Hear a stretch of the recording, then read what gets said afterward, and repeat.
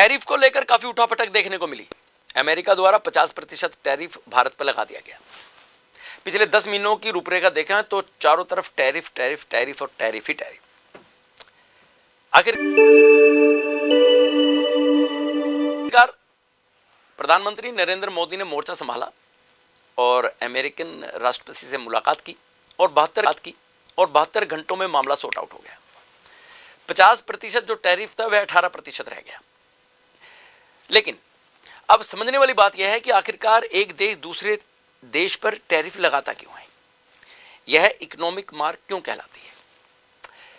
इसको समझने के लिए सीधे तौर पर यह समझ लिए कि यह टैरिफ उन चीजों पर लगता है जो कि कोई देश आयात करता है, यानी कि दूसरे देशों से जो आपके देश में चीजें आती हैं उन पर सरकार एक तरह का कर लगा देती है जिसे टैरिफ कहा जाता है।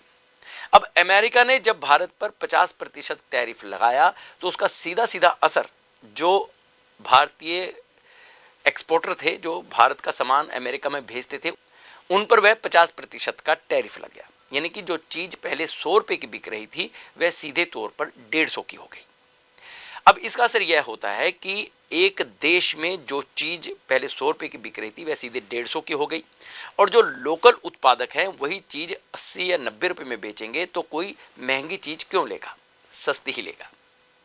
दूसरा, हर देश यह कोशिश करता है कि हमारी जो लोकल इंडस्ट्रीज है उसको ज्यादा असर ना पड़े, इसलिए भी टैरिफ लगा दिया जाता है। यानी कि जो विदेशों से चीज आएगी उस पर टैरिफ लगाकर वह हमारे देश में महंगी बिकेगी, जिसके कारण जो लोग हैं वह अपने घरेलू जो उत्पाद हैं उन्हीं की ओर रहेंगे, उन्हीं को खरीदेंगे, जिससे कि जो लोकल इंडस्ट्री है उस पर ज्यादा असर नहीं पड़ेगा।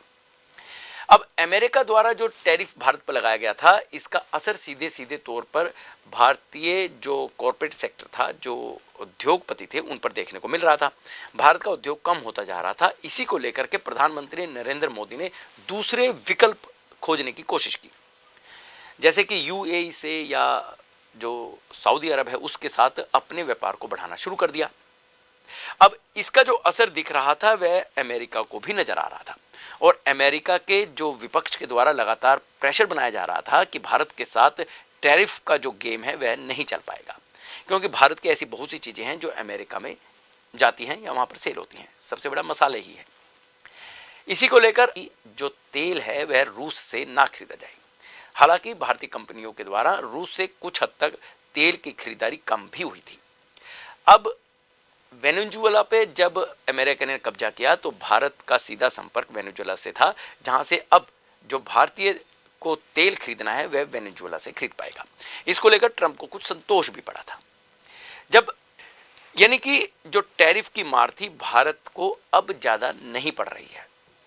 इसका असर अब भारतीय अर्थव्यवस्था पर भी देखने को मिलेगा। जिस तरह से भारतीय अर्थव्यवस्था पर ज्यादा असर पड़ा नहीं था, लेकिन अब वह अर्थव्यवस्था और तेजी से बढ़ेगी, जिससे कि जो भारत विकसित देशों में शामिल होने की लगातार प्रयास कर रहा है उसमें काफी सहयोग मिल पाएगा। जय हिंद।